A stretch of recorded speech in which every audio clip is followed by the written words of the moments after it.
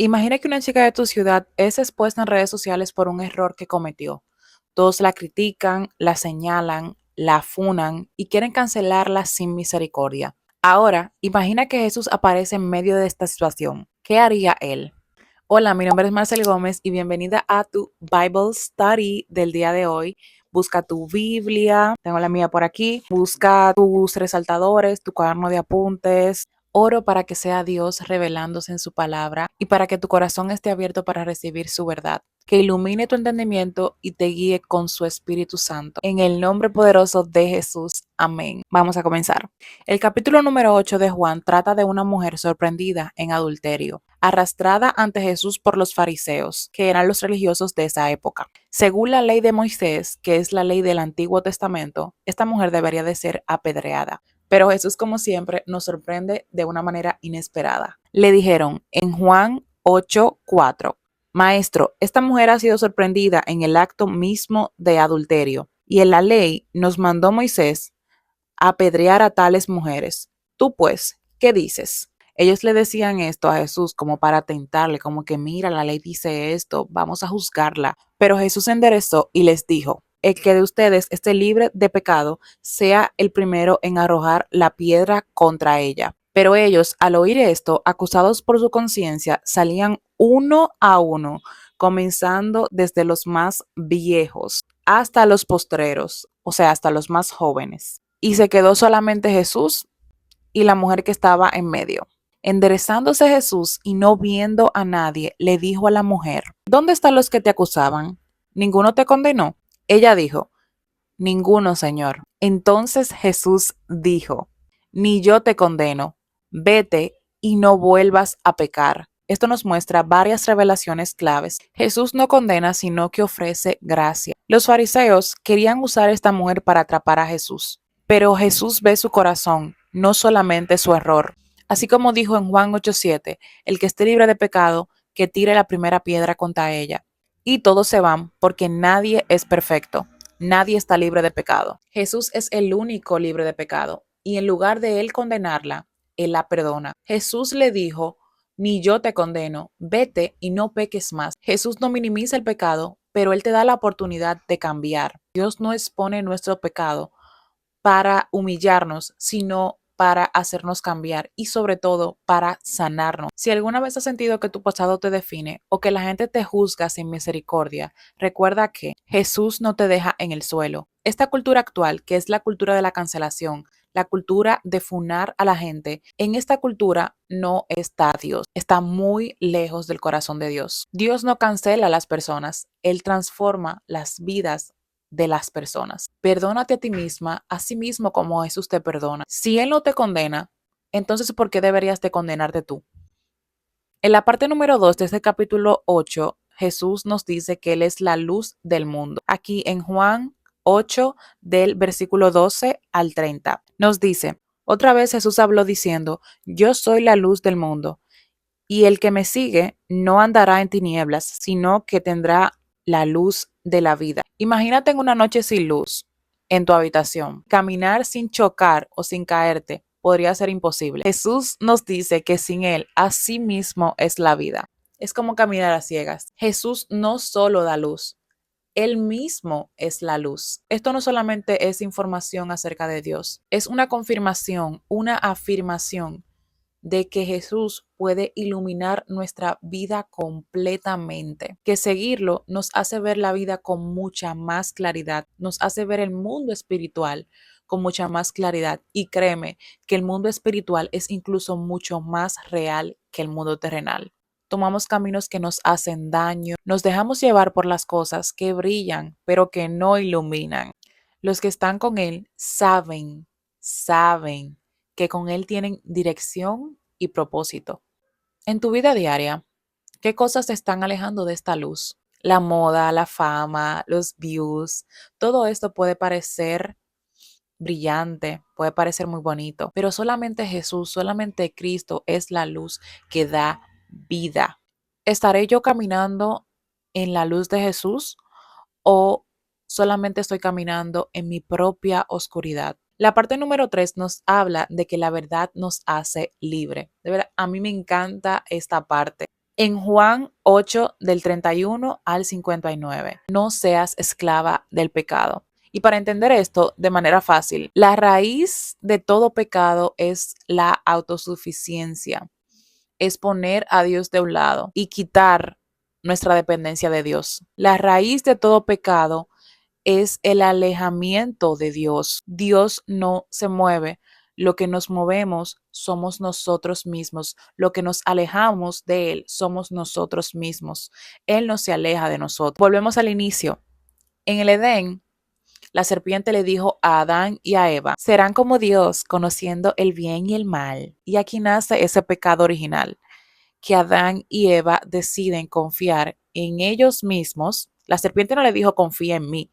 El enemigo no te va a decir que confíes en él directamente, te va a decir que confíes en ti, que te hagas autosuficiente y que no dependas de Dios. Ahí comienza el pecado.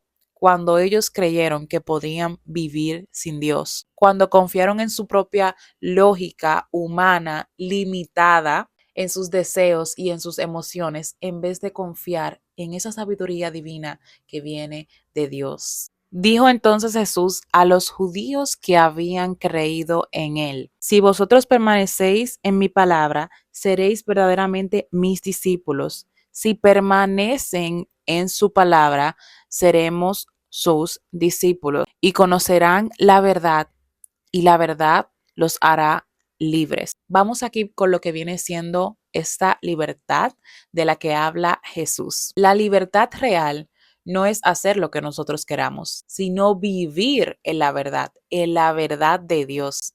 Esa es la verdadera libertad. El mundo nos vende y nos dice que libertad es hacer lo que queremos, pero Jesús en su palabra, en la Biblia, nos dice que la libertad es estar en Él, es permanecer en Él. El pecado nos esclaviza, pero Jesús es el único que puede romper todas estas cadenas. Él más abajo dice, todo el que comete pecado es esclavo del pecado. En Juan 8:34. Si algo domina nuestra vida, ya sea el miedo, ya sea la ansiedad, ya sea la necesidad de aprobación, pecado, todo esto que puede dominar nuestra vida. Si eso domina nuestra vida, no somos libres. Pero adivina qué, Jesús quiere liberarnos de todo eso que nos esclaviza. Pregunta honesta, ¿qué cosas dominan tu vida sin que tú ni siquiera te des cuenta? Voy a empezar conmigo. El uso del teléfono. Hay veces que yo estoy scrolling ahí en redes sociales y se me va. Y a veces yo digo, wow, de la manera en la que me dejé dominar por esto. Y yo oro para que sea Jesús liberándonos de estas cadenas que son bastante silenciosas. Esta libertad que nos ofrece Jesús no se trata de que sigamos reglas, se trata de permanecer en Él, se trata de que Él nos transforme. Él no nos va a transformar con nuestras propias fuerzas. Cuando Jesús nos dice que si permanecemos en Él, conoceremos la verdad y la verdad nos hará libres. Él aquí tiene un diálogo medio tenso con los fariseos, nuevamente con los religiosos, porque muchos de los judíos y muchos de sus seguidores decían creer en él, pero la realidad es que ellos no aceptaban su mensaje. En esta parte del capítulo, de los versículos del 31 al 59, Jesús nos está diciendo que no basta con que creamos en Él. Jesús expone varias verdades espirituales. Lo primero es que la verdadera libertad viene de conocerlo a Él. Pero espérate, Marcel, ¿cómo es eso que la verdadera libertad está en Jesús? Explícame eso. No es suficiente creer en Jesús. Cualquiera cree en Jesús, cualquiera cree en Dios. Es necesario permanecer en su enseñanza para ser sus verdaderos discípulos, sus verdaderos seguidores. Permanecer. Los judíos pensaban que Jesús estaba hablando de libertad política, porque recuérdate que en este tiempo había una presión por parte de los romanos. Pero Jesús aquí estaba hablando de algo todavía más profundo, que era ser libres a la esclavitud del pecado. ¿Te has fijado que cada vez que haces alguna cosa que te aleja de Dios, es como si no pudieras salir de ahí? Es como si tuvieras cadenas en esto. Vuelves y lo repites una y otra vez. Créeme que solamente Jesús puede liberarnos de estas cadenas. Vamos con un ejemplo cotidiano. Imagínate que alguien empieza a decir mentiras para evitarse problemas. Al principio parece fácil hablar mentira, pero luego tú necesitas seguir mintiendo para seguir cubriendo cada una de esas mentiras y así repetidamente. Eso es exactamente esclavitud. Lo mismo pasa con cualquier pecado. Nos ata hasta que nos controla. Y cuando nos controla, ni siquiera nos damos cuenta que estamos pecando. Si queremos una verdadera liberación, no podemos vivir a medias con Jesús. Conocer la verdad, su palabra, su carácter, su amor, eso es lo que rompe las cadenas. Vamos a lo siguiente. Quien no pertenece a Dios, pertenece al diablo. Juan capítulo 8, versículo del 37 al 47. Jesús dice, ustedes son de su padre, el diablo, y quieren hacer los deseos de su padre. Él ha sido un asesino desde el principio y no se mantiene en la verdad, porque no hay verdad en él. El diablo es un mentiroso y siempre lo ha sido. Pero ¿por qué Jesús dijo esto? Dijo esto tan fuerte, de que quien no pertenece a Dios, pertenece a su padre el diablo. Como el contexto, los judíos decían ser descendientes de Abraham, es decir, el pueblo escogido por Dios. Pero su actitud y su rechazo hacia Jesús mostraba que en el corazón de los judíos que rechazaban a Jesús no estaba Dios. Jesús simplemente les revela una verdad espiritual, que si no perteneces a Dios, perteneces al diablo. Ejemplo, la mentira. El diablo es el padre de la mentira. Cuando justificamos mentiras pequeñas, mentiras piadosas, estamos operando desde la naturaleza del diablo. Otro ejemplo, el odio y el resentimiento. Cuando dejamos que el rencor controle nuestro corazón, estamos actuando como el diablo. Otro ejemplo, la rebeldía contra Dios. Así como Satanás se rebeló contra Dios, cuando sabemos lo que es correcto y no lo hacemos, estamos actuando contra Dios. Si tú estás luchando con algo, ya sea odio, ya sea resentimiento, ya sea rencor, mentira, orgullo, solamente Jesús puede romper esa cadena si tú permaneces en su verdad. Él dice en Juan 8:58, antes de que Abraham naciera, yo soy. Volvemos al primer capítulo. En el principio, el verbo estaba con Dios. Jesús estaba desde el inicio, desde la creación del mundo. ¿Por qué cuando Jesús dijo esto fue tan, pero tan impactante? El yo soy, el gran yo soy, es el mismo nombre que Dios usó en Éxodo capítulo 3, versículo 14, cuando Dios se le reveló a Moisés. El gran yo soy es Dios. El gran yo soy no eres tú. El yo soy esto, yo soy abundancia.